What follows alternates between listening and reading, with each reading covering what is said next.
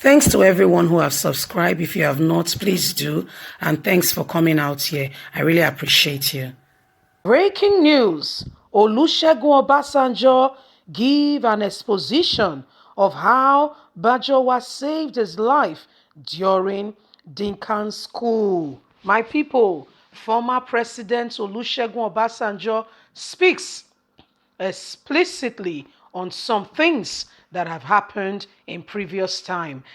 Some time ago during, when they were cool here and there in Nigeria and what have you. Anyway, guys, let's dive straight in. Compliments of the season. Please don't forget to give us a thumbs up. Subscribe if this is your first time. Former President Olusegun Obasanjo on Sunday disclosed that it was General Bajowa that saved him from being killed by Lieutenant Colonel Bukar Danka in the February 13th, 1976 military coup. Obasanjo made the revelation at Igbokoda local government area of Ondo State while speaking at the celebration of 80th birthday of General Olu Bajowa retired. I want to say something about Olu.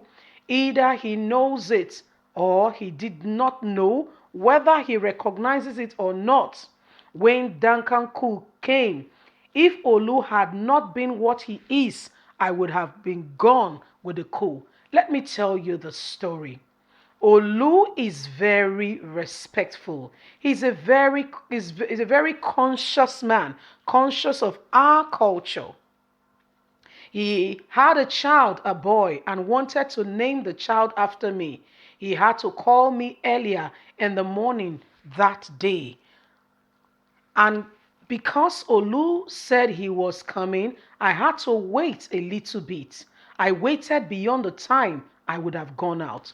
Olu then came. He made a request and I granted him the request. So I was a little bit late in going on the route that I would have normally take, that route I normally take to work.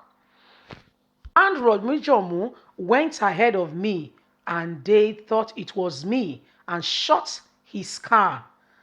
They shot his car. That shot was what was meant to be for me. Indirectly, that was how Olu Bajowa saved my life, he stated. He said Bajowa performed very well when he, Obasanjo, drifted him to go and the 11th Battalion during the National Civil War. In another development, Ondo State Governor Mr. Olurotimi Akeredolu has called on owners of local radio stations to dwell more on educating and dissemination of information in local language. He called while inaugurating a new radio station in commemoration of the 80th birthday of General Olu Bajowa retired at Okutikpupa. The governor commended Bajowa for the role he performed towards developing the southern senatorial district of the state.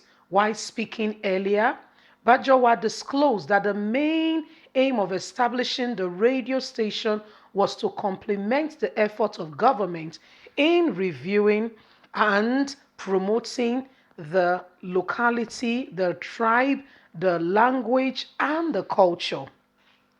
We also identify ourselves with government effort to make information important too for societal development and dissemination of the benefits of the Democrats at the grassroots level.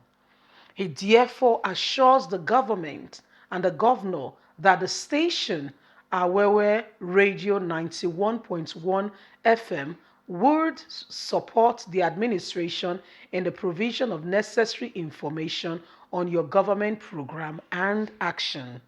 The event was attended by many dignitaries from different parts of the nation, including Akin Adowa, retired, Oni of Ife, Oba Adeyeye, and other prominent personality were all in attendance. So my people, when God wants to use somebody to save you, there are times you complain about some event you wanted to go, and for some reason, something happened, your shoe broke, your house help did not come on time, and you were shouting the house down. And guess what? All of a sudden, you hear that the vehicle that just left, that you would have been in, this and that, happened. You just look back and say, God, thank you for saving me. So what's happening here?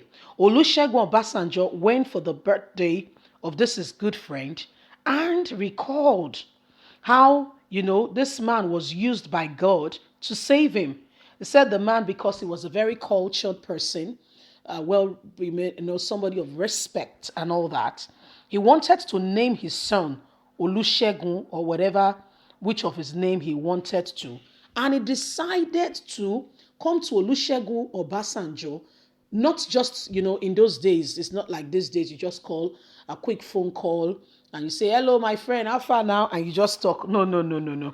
It's not like that. You're talking about 1976. What did he do? He went there and he said, I wanted to see you. Oh, what about? I just had a baby and I want to name the baby after you because we've been good friends, blah, blah, blah.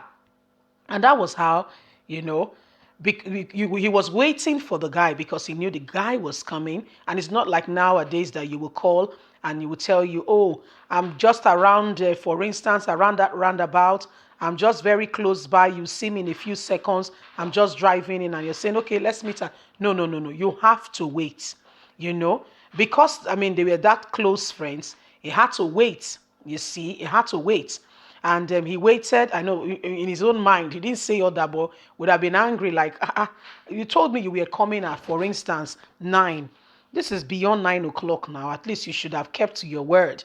Anyway, the guy finally came. They spoke. And guess what? Somebody else went ahead of him. They thought he was that person because he has like a routine. The time he leaves the house, he just goes and what have you and all that. And they thought it was his vehicle that was coming. And they shot at the other person and perhaps killed him. He said that was just what saved him. Somebody else just went right before him. And when he looks back at everything, he said, my God, this person has just taken my place. So, in life, let's be patient. Leave us a comment. Don't forget to like us, share, subscribe. God bless you. Have a good day. Bye for now.